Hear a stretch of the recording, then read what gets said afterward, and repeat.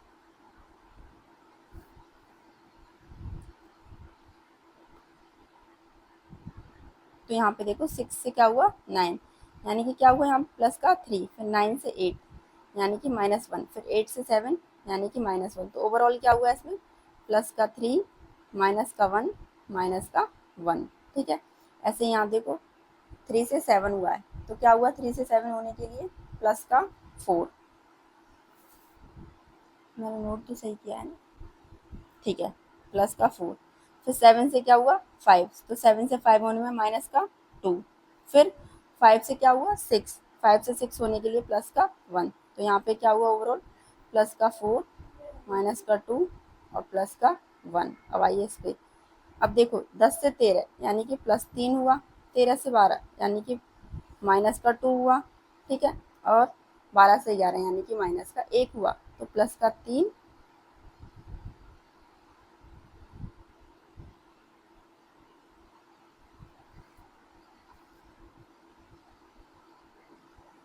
अरे यहाँ पे देखो हम माइनस का 1 है ना, हम माइनस का 2 कर रहे हैं। ठीक है, ये 12 है तो यहाँ से माइनस का 1, -1 और ये भी -1। ठीक है, अब देखो 22 से 25 यानी कि 22 से 25 होने के लिए प्लस का 3, 25 से 24 एक घट गया, फिर 24 से 23 हुआ, यहाँ पे भी एक घटा है। ठीक है, तो यहाँ प्लस का 3 माइनस का 1 माइनस का 1। अब राइट आंसर तो आपको पता ही चल गया होगा क्या है। ठीक है, तो राइट आंसर क्या हो जाएगा, यहाँ देखो यही कॉन्सेप्ट, +3 -1 प्लस 3 -1 -1, और यहाँ पे भी +3 -1 -1। यहाँ क्या है +4 -2 +1, यार पूरा अलग है ना। तो राइट आंसर क्या हो जाएगा ऑप्शन बी। ठीक है, समझ में आ रहा है ना। देखो 3 से 7 हुआ है, 3 में 4 जोड़ेंगे तभी तो 7 आएगा। फिर 7 से 5, 7 में से कितना घटाए कि 5 आएगा, 2 घटा देंगे। 5 से 6, 5 में कितना जोड़े 6 आ जाएगा, तो 1। ठीक है, बाकी सब में देखो फर्स्ट वाला 6 से 9 हुआ है, तो +3 जोड़ा होगा इसमें तभी तो 9 होगा। 9 से 8 -1 किया होगा, 8 से 7 फिर -1 किया होगा, ऐसे ही बाकी के 2 ऑप्शन है। ठीक है, अब आइए क्वेश्चन नंबर 3 पे। Option A, B, C and D. ठीक है, तो ए में क्या है आपका M I G E। ठीक है, X, इनको रेजी कर लेते हैं, अपने हिसाब से लिखते हैं। ठीक है, ऑप्शन बी जो है आपका वो है X T Q और O। ऑप्शन सी जो है आपका RNKI।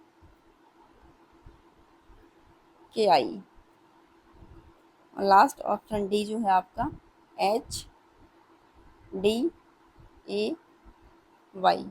ठीक है, तो ये आपके ऑप्शंस हैं।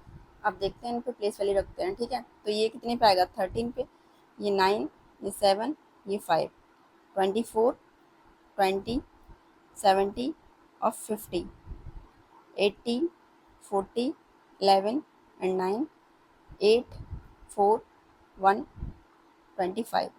ठीक है, तो हमने लिखनी है प्लेस वैल्यू। अब इसको सॉल्व करते हैं।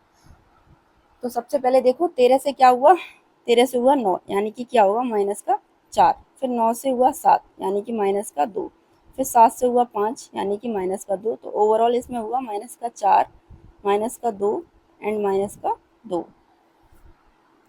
अब देखो 24 से 20 यानी कि माइनस का 4। फिर 20 से 17 यानी कि माइनस का 2। 17 से 15 यहाँ भी माइनस का 2। तो 4 माइनस का 2 और माइनस का 2।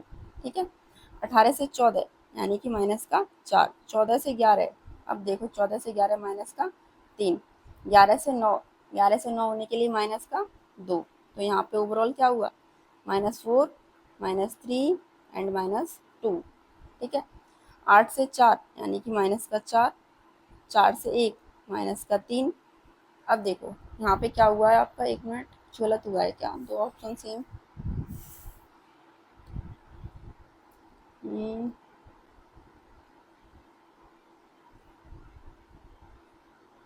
17 से, अरे भाई यहाँ पे देखो -3 है ना, हमने गलत कर दिया।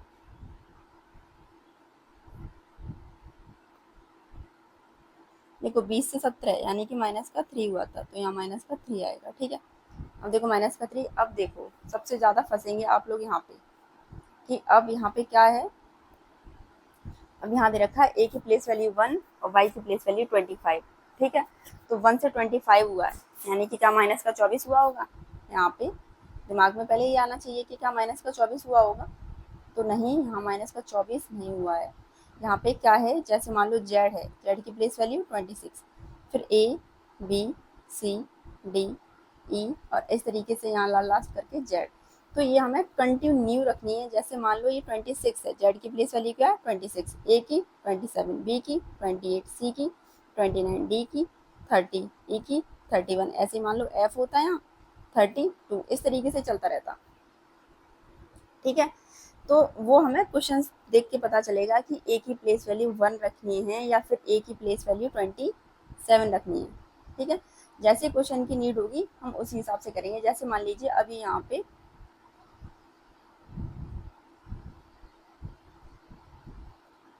जो क्वेश्चंस की नीड है वो ये है कि यहाँ पे देखो 4 से 1 हुआ है, यानी कि -3, ठीक है। हमें एक भी चाहिए, हम एक भी रखेंगे और यहाँ पे क्या रखेंगे, हम यहाँ पे इसको मिटाते हैं अभी, ठीक है। हम इसकी प्लेस वैल्यू 1 भी रखेंगे और इसकी प्लेस वैल्यू 27 भी रखेंगे। क्यों? क्योंकि कि हमें 1 भी चाहिए और 27 भी चाहिए। अब ऐसा नहीं है ये सब आप लिखेंगे या फिर सोचें कि बिल्कुल ही एकदम ऐसे समझा रही हो स्टार्टिंग से, तो मतलब ये बेसिक चीज़ें हैं जो हमें पता होनी चाहिए और आनी चाहिए। अब देखो 27 में से 25 माइनस करेंगे तो कितने का अंतर हो गया, यहाँ पे हो गया -2, ठीक है। अब 1 रखने से ये था कि 4 में से 3 गया तो सॉरी 4 में से 1 गया तो -3, ठीक है। दोनों को रख के ही हमारा आंसर यहाँ सेटिस्फाइज हो पा रहा है ना। नहीं तो आप कुछ समझदार हैं, क्योंकि कंपटीशन देते हैं तो इतना पता ही होता है कि क्या करना है हमें, ठीक है। तो यहाँ अगर मान लो 1 किसी किसी के दिमाग में, मतलब जिसने बिल्कुल अभी स्टार्ट किया होगा, नहीं पढ़ा होगा, वो सोचेगा कि ये की प्लेस वैल्यू 1 है और 1 में से 1 से 25 हो रहा है, तो मतलब अंतर हो जाएगा 24 का, तो 24 का नहीं होगा। फिर यहाँ पे हम प्लेस वैल्यू रखेंगे ए की 27, ठीक है। 27 में से 25 माइनस करेंगे तो कितना हो जाएगा, -2। तो ओवरऑल यहाँ पे भी क्या आ जाएगा, -4, -3 एंड -2। तो राइट आंसर यहाँ पे जो हो जाएगा आपका वो ये होगा ऑप्शन फर्स्ट, ठीक है। क्योंकि कि बाकी 3 में देख रहे हो आप लोग यही कॉन्सेप्ट यूज हो रहा है, -4, -3, -2, ठीक है। सिर्फ इसी में कि माइनस का 2 आ रहा है, यहाँ पे बीच में -3 की जगह 2 कैसे आ रहा है, आई की प्लेस वैल्यू 9 दे रखी थी, जी के साथ कितने का अंतर, 2 का अंतर, ठीक है। तो ये बात अच्छे से ध्यान रखनी है, इसको नोट कर लेना कि ए की प्लेस वैल्यू या फिर आगे बी और सी डी की प्लेस वैल्यू जैसी नीड होगी क्वेश्चन में उसके अकॉर्डिंग आप रखेंगे, ठीक है। मान लो अगर 1 की नीड है तो 1, अगर 27 की नीड है तो 27, ठीक है। अब पता कैसे चले कि 27 आएगा या 1 आएगा, तो देखो क्वेश्चन हमारा यहीं पे हो गया था, इतना करने की जरूरत ही नहीं थी। जब यहाँ -2 आ गया और 2 ऑप्शन में -3 आ गया, तो जाहिर सी बात है 3 ऑप्शन सेम होंगे, तो यहाँ पे जब 2 में -3 आ गया तो थर्ड वाले में भी -3 आएगा, ठीक है। तो इस तरीके से काम करना है वहाँ पे, क्योंकि हमारे पास एग्जाम में टाइम भी कम होता है और हमें जल्दी भी करना होता है ना। तो चलो अब क्वेश्चन नंबर अपना 4 देखते हैं।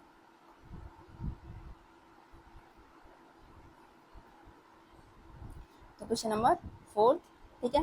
यहाँ पे ये दे रखा है आपका b प्लस n, ठीक है। b plus N equal p। Option B की बात करें तो ये दे रखा है l plus m equal y। Option C की बात करें तो ये दे रखा है एक मिनट, गलत हो गया, ये ऑप्शन सी था, मतलब कुछ भी कह लीजिए, बी ये है आपका g plus I equal R, ठीक है। सी है L plus M equal Y और जो आपका डी है लास्ट वो है आपका T plus A equal U, ठीक है। तो अब सबसे पहले हमारा वही काम जो हमें करना होता है, क्या कि हमें रखनी है प्लेस वैल्यू, ठीक है। तो हम सबसे पहले प्लेस वैल्यू रखेंगे। तो देखिए बी की प्लेस वैल्यू क्या होती है 2, ठीक है। एन की 14 और पी की 16, जी 7 पे आता है, आई 9 पे और ये मिलके 18 पे, ठीक है। एल आपका 12 पे, 13 पे और वाई कितने पे आता है 25 पे। टी आता है 20 पर और ये 1 पर और ये आता है आपका 21 पर। देखो आपको समझ में आ गया होगा, इतना टफ नहीं था, ये सिंपल था, ठीक है। अब सिंपल क्या था इसमें, सिंपल ये था, देखो इन दोनों को जोड़ो, 14 प्लस 2 को हम जोड़ेंगे तो कितना आएगा 16। क्या 16 यहाँ दे रखा है? दे रखा है। ठीक है, ऐसे इन दोनों को जोड़ो। 7 प्लस 9 को जोड़ेंगे तो कितना आएगा? 7 और 9 को जोड़ के आ जाएगा आपका कितना, बताइए। इनको जोड़ के आ रहा है आपका 14। लेकिन आपको दे कितना रखा है? आर की प्लेस वैल्यू दे रखी है आपको 18। तो क्या ये इक्वल है? ये आपका नॉट इक्वल। ऐसे देखो 13 प्लस 12 जोड़ के कितना आया? 25। क्या 25 दे रखा है? दे रखा है। 20 प्लस 1 जोड़ के कितना आया? 21। क्या 21 दे रखा है? दे रखा है। मतलब दोनों की प्लेस वैल्यू को जोड़ के तीसरे वाली की प्लेस वैल्यू हमें दे रखी है। लेकिन ऑप्शन सेकंड में क्या होगा है कि 7 प्लस 9 को जोड़ के कितना आया हमारा? ये आया हमारा, अरे यार ये 16। ठीक है, ये आया हमारा 16। लेकिन हमें दे कितना रखा है? दे रखा है हमें 18। ठीक है, तो राइट आंसर क्या हो जाएगा? ऑप्शन बी हो जाएगा। ठीक है, क्योंकि ये नॉट इक्वल है। हमारा 18 आना चाहिए था। अगर 18 आ जाता जोड़ के, इन दोनों को जोड़ के, तो हमारा ये भी ऑप्शन राइट हो जाता। ठीक है, तो बस यहाँ ये था कि दोनों प्लेस वैल्यू को जोड़ के कितना आना चाहिए? जो तीसरे वाली की प्लेस वैल्यू दे रखी है वो आनी चाहिए। जैसे 14 और 2 को जोड़ के 16 आ गया। ठीक है, 12 13 को जोड़ के 25 आ गया। 20 प्लस 1 को जोड़ के कितना आ गया? 21 आ गया। ठीक है, तो ऑप्शन 4, सॉरी क्वेश्चन नंबर 4 थोड़ा अलग था, लेकिन ज़्यादा टफ नहीं था। अब देखते हैं क्वेश्चन नंबर 5 को।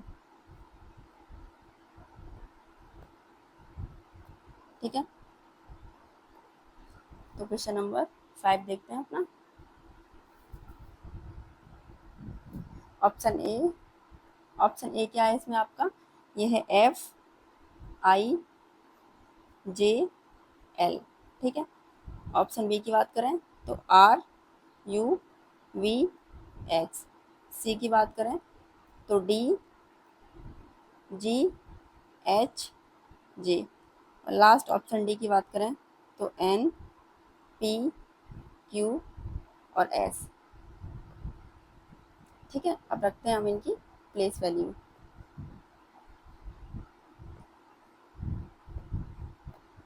है ना, तो इनकी प्लेस वैल्यू एफ की कितनी होती है? 6, 9, 10, 12, 18, 21, 22, 24, 4, 7, 8, 10, 14, 16, 17, 19। तो ये है इनकी प्लेस वैल्यू। अब देखो 6 से कितना हुआ? 6 से हुआ है आपका 9।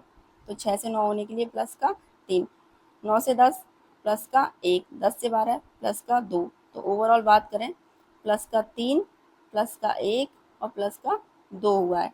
ऐसे 18 से 21 हुआ है तो प्लस का 3, 21 से 22 प्लस का 1 और 22 से 24 प्लस का 2। तो इसमें भी क्या प्लस का 3, प्लस का 1 और प्लस का 2 हुआ है। ठीक है, अब बात करें इसकी तो मतलब सॉरी 4 से 7 हुआ है प्लस का 3, 7 से 8 प्लस का 1, 8 से 10 प्लस का 2। तो यहाँ पे भी प्लस का 3, प्लस का 1, प्लस का 2। अब इसको सॉल्व करने की जरूरत नहीं है, सीधा आंसर 4 टिक कर दीजिए। ठीक है, लेकिन अगर सॉल्व करें तो 14 से 16 प्लस का 2, 16 से 17 प्लस का 1, 17 से 19 प्लस का 2।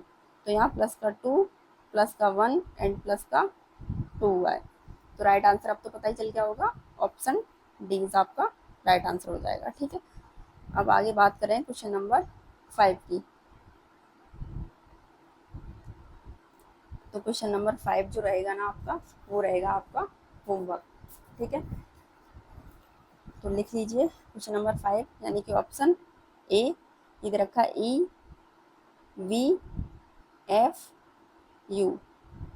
बी में लिखिए CXDW। सी लिखिए AZVX। ऑप्शन डी लास्ट लिखिए GTHS। ठीक है, तो ये रहेगा आपका HW। सब पे हम प्लेस वैल्यू लिखेंगे पहले और उसके बाद इसको सॉल्व करेंगे। ठीक है, और जो आपका राइट आंसर होगा वो आप लोग बताएंगे कि ऑप्शन ए, बी है या सी है या डी, कमेंट करके। ठीक है, तो ओके, थैंक यू। आज अपनी क्लास इतनी रखते हैं यहाँ पे, वरना क्लास ज़्यादा बड़ी हो जाएगी तो कोई देखेगा भी नहीं। ठीक है।